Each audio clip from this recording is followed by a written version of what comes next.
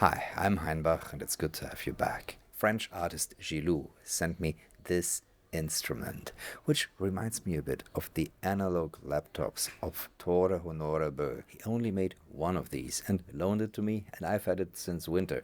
But since this is based on sand, I thought I'll wait until summer to do something with that. Sorry, Jilu, for the wait. I've already set up a bit of a playground around here. There's the Menki wing pinger, a resonator, and a mood pedal, because this is basically a piezo in a box. But it also is a MIDI controller. But we'll get to that in a bit. First, let's open this up. Sand from the beach. And these stones, which are actually knobs.